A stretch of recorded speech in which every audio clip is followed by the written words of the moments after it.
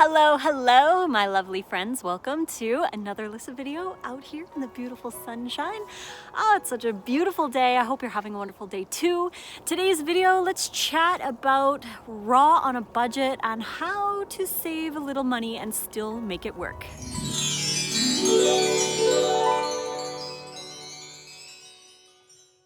Thank you so much for joining me today again here on YouTube. Your views, your comments, your likes, your love, it's truly appreciated. I appreciate you so much, and thank you for making compassionate choices in your life, eating clean and protecting the earth as to the best of your ability. I truly appreciate it, and I know the earth does as well. So let's talk quickly about being raw on a budget, how to make it work and save money. Now, when I was eating standard North American foods, I was spending about $300 a month more than I do now. Now, I did come from a junk food diet. I was eating a lot of potato chips. I was drinking alcohol. I had 1 to 2 energy drinks a day, and those things are like $3 each. I was drinking coffees, eating a lot of animal products, which are very expensive, processed foods, and I would, on top of all of that, I would buy fruits and vegetables hoping I would be healthy, and then they would just rot in the kitchen because the pizza sounded more enticing. So, I was spending a lot more money than I should have been spending, and I was spending it on a lot of junky stuff, like, again, potato chips. I would stop at the gas station and I would buy potato chips and energy drinks and candies and chocolate bars and all this kind of stuff, and it was just really expensive. But when I went raw vegan, I cut out all of that stuff. I cut out the breads, the pastas, the potatoes, rice, canned food, chips, crackers, cookies, cakes, pastries, takeout, animal products, ice cream and milk and cheese and all of that stuff. Like pretty much 90% of the grocery store was off the bill. So I had extra money from all of that to spend on my fresh fruits and vegetables. And it depends on the area where you are, but sometimes things can be more expensive. Now, for the first 5 years of my raw journey, over 5 years, I was raw in Edmonton, Canada. And now that I'm here in Ashland, Oregon, things are so much cheaper, even with the exchange rate comparison. Things are way cheaper here than they were in Canada, and I still made it work up there. I'm saving more money now that I'm down here because things are less expensive, but there are tips and tricks that you can do to save a little bit of money here and there. First up is to buy things that are in season and local if possible, because they are going to be a little bit less expensive. Not necessarily. I mean, some farmers markets have like heads of lettuce for $4 when I could buy a 6-pack of romaine at Costco for $4. So it really depends on where you go, and you want to shop around, go to different stores and see what the sales are. There are stores down here in Ashland that charge $2.99 for a long English cucumber. Now, when Nate and I do like a pesto or the ramen, we use 5 cucumbers, and that's $15 worth of cucumbers for one meal for the two of us, just in cucumbers. That's not including everything else.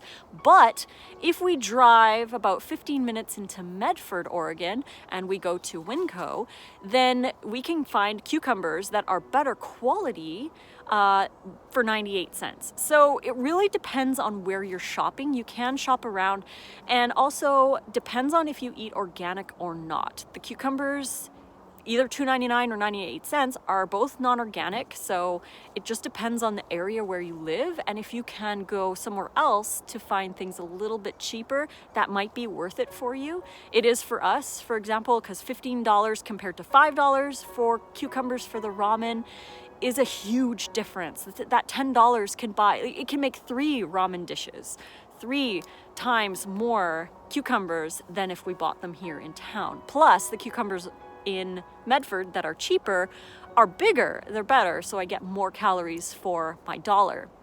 But again, you just have to shop around. If you are focused on being 100% organic, then I'd probably recommend talking to local farmers and seeing if you can get case deals, or if you shop with them often, you could ask for a little discount. If you want, you could go that route. There was a shopping kind of like a marketplace every Saturday in Edmonton called the Old Strathcona Farmers Market. And there was a vendor there that I used to get a case, like a huge case. It was probably 25 pounds of organic heirloom tomatoes for like 20 bucks. And I would buy that case every single week, and I would eat like 25 pounds of tomatoes every week while I was up there. It was glorious because I love tomatoes. But because I made a deal with them and I came every single week to buy these tomatoes, they even have boxes ready for me every week whenever I'd go. So there's things that you can do like that. Also, to get cheaper bananas, like a case of bananas here, if we just bought it green off the shelf, it would probably be around $28 to $30. But we talk to our produce friends now, because you talk to them often enough, they get to know you as the nice cream people. We just call them up and we're like, hey, you got any ripe boxes of bananas? And they'll say, yeah, we've got 2 or 3 boxes. We'll be like, set them aside for us. And then we'll just go down. But they sell us those boxes for $5. So we can get 3 cases of ripe bananas. We just peel them all. Takes a little bit of time, but we've got nice cream for like a month for 15 bucks instead of spending $90 on 3 cases of bananas. So there are things that you can do to get those calories in, and eat simply. That's another thing that you can do. If you're buying things that are exotic, like mame sapote, or you're getting some like exotic spices from here and there, you're spending a lot of money on that kind of stuff, then yeah, it's going to be more expensive. But if you try to go a little bit simpler, still including a lot of variety, you still want to eat a lot of variety, like different kinds of greens and lots of fruit and stuff. But if you stick with the basics for the majority of your calories, like dates, bananas, romaine lettuce, and other lettuces, and some tomatoes and cucumbers and stuff like that, then you can get the bulk of your calories for a lot less money than if you're buying a lot of exotic things or really expensive stuff that's not in season. In Canada, it would be kind of like a treat to get a pineapple, because they were like $7 for 1 pineapple, whereas down here they could be like $1 or $2. Sometimes in Canada they would go on sale, and I would get like 3 or 4 of them if they were $2 up there. But it really depends. If you see things on sale that you like, just get a lot of them and eat a lot of them throughout the week, and just make sure that you get enough calories and you spend your money wisely. Another thing that can really help supplement your calories and your nutrition that is fairly inexpensive is sprouting. Sprouting is an inexpensive way to get a lot of those calories and nutrition. You really only need a small amount of seeds. Like if you're doing broccoli sprouts, you only need like a tablespoon, maybe not even a tablespoon, in a big mason jar. Just soak it for 8 hours and then rinse it 3 or 4 times a day until they're sprouted. Probably takes around 5 to 7 days to be fully sprouted, and then you just use those in your salads. And then you could have different jars going at different days, like every second day start a new one, so you have a constant supply of sprouts going on. Lentils are very cheap. You can get any kind of lentil, really. You can buy them from sprouting seed companies. You can just buy them bulk. It's pretty cheap. So you can do that. And chia seeds, you can sprout chia seeds, have some microgreen chia seeds. It's very inexpensive to do it that way.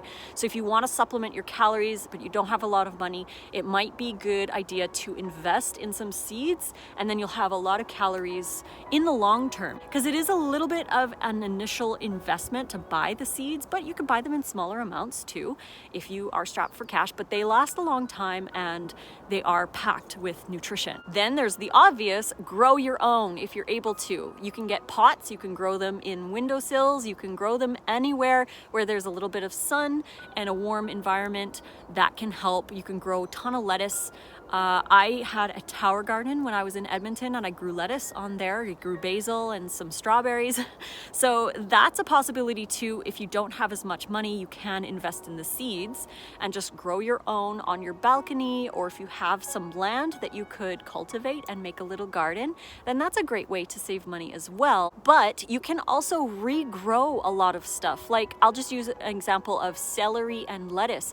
Once you chop the lettuce, like the little butt of the lettuce, or the butt of the celery, you can actually put that in a little bit of water and it'll regrow. It'll grow into another plant. So if you had like 5 or 6 of them going, you know, every single day, you could regenerate those plants and just grow more lettuce, grow more celery. There are a lot of things that you can do with that. Onions you could do too. You can grow the green onions and stuff. So there are possibilities. There's always a possibility. And finally, wild foraging. Wild foraging is awesome. Nate and I are getting into learning the plants that are in our area, because there's a lot of stuff that you can eat that we don't even know about, like grass. Did you know that you can make a tea out of grass? You can make a tea out of pine needles. There's so many things that you can eat that are in your environment, just around you. So I would highly recommend doing a little research on your area. And obviously it depends on the time of year, but here I cannot wait for August, because the blackberries here, which grow wild, they're kind of like a weed per se, but I don't consider them a weed. I love blackberries. Blackberries are very high in protein. They've got omega-3. They're rich in omega-3. They got phytonutrients and anti-cancer properties, and the colors in them are so deep and protective for the body.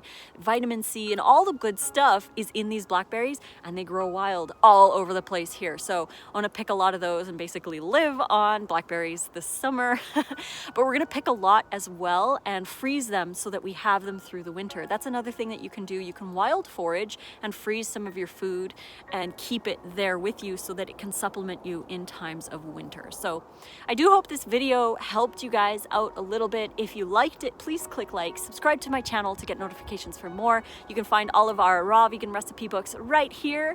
The print versions are available in the description box below via Amazon.